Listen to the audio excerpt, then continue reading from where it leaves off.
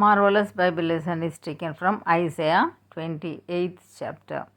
Woe to the crown of pride, to the drunkards of Ephraim, whose glorious beauty is a fading flower, which are on the head of the fat valleys of them that are overcome with wine.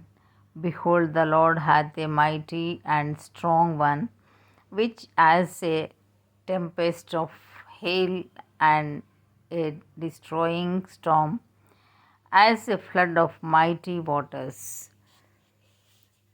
overflowing, shall cast down to the earth with the hand.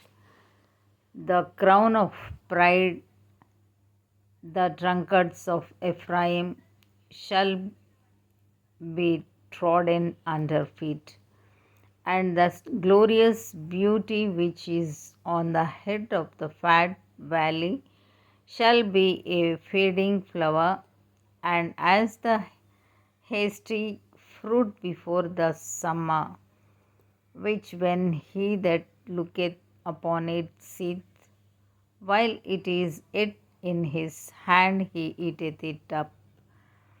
In that day shall the Lord of hosts be for a crown of glory and for a diadem of beauty unto the residue of his people, and for a spirit of judgment to him that sitteth in judgment, and for strength to them that turn the battle to the gate.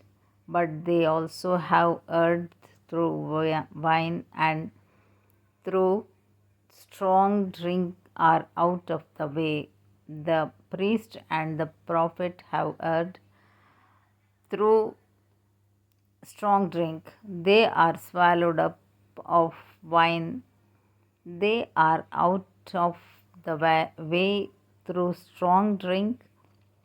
They are in vision. They stumble in judgment. For all tables are full of vomit and filthiness, so that there is no place clean.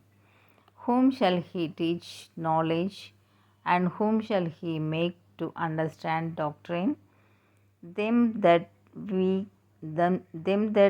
are weaned from the milk and drawn from the breasts. For precept must be upon precept, precept upon precept, line upon line, line upon line, here a little and there are little.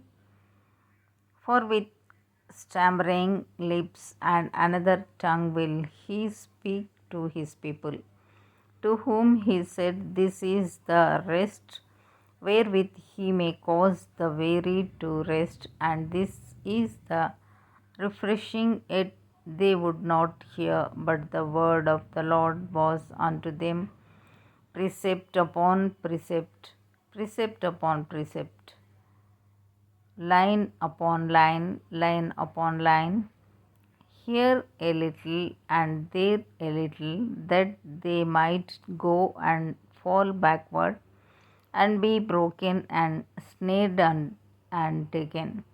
Wherefore, hear the word of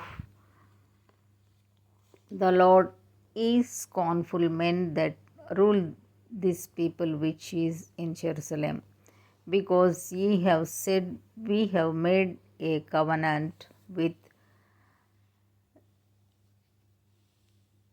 death, and with hell are we at agreement.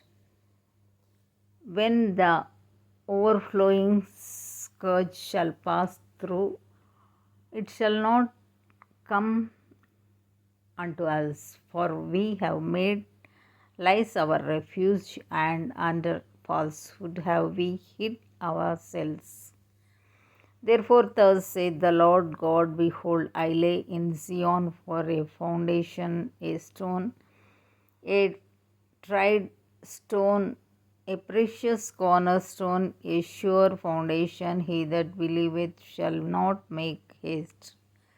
Judgment also will I lay to the line, and righteousness to the plummet. And the hail shall sweep away the refuge of lies, and the waters shall overflow the hiding place. And your covenant with death shall be disannulled, and your agreement with hell shall not stand. When the overflowing scourge shall pass through, then ye shall be trodden down by it. From the time that it goeth forth, it shall take you. For morning by morning shall it pass over by day and by night, and it shall be a vexation only to understand the report. For the bed is shorter than that a man can stretch himself on it, and the covering narrower than that he can wrap himself in it. For the Lord shall rise up as in Mount Perazim, he shall be wroth as in the valley of Gibeon, that he may do his work, his strange work, and bring to pass his strange act. Now therefore be ye not mockers, lest your bands be made strong. For I have heard from the Lord God of hosts a consumption, even determined upon the whole earth. Give ye ear and hear my voice, hearken and hear my speech. Doth the plowman plow all day to sow? Doth he open and break the clouds of his ground? When he hath made plain the face thereof, doth he not cast abroad the fitches, and scatter the cumin, and cast in the principal where wheat, and the appointed barley, and the rye in their place?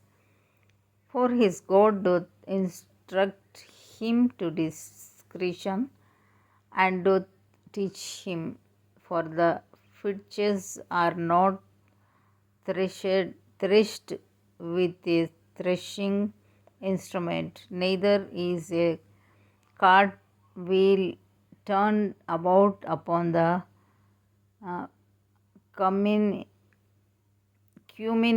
but the fitches are beaten out with a staff, and the cumin with a rod. Bread corn is bruised, because he will not ever be threshing it, nor break it with the wheel of his cart, nor bruise it with his horsemen. This also cometh forth from the Lord of hosts, which is wonderful in counsel and excellent in working. Here ends the Bible lesson.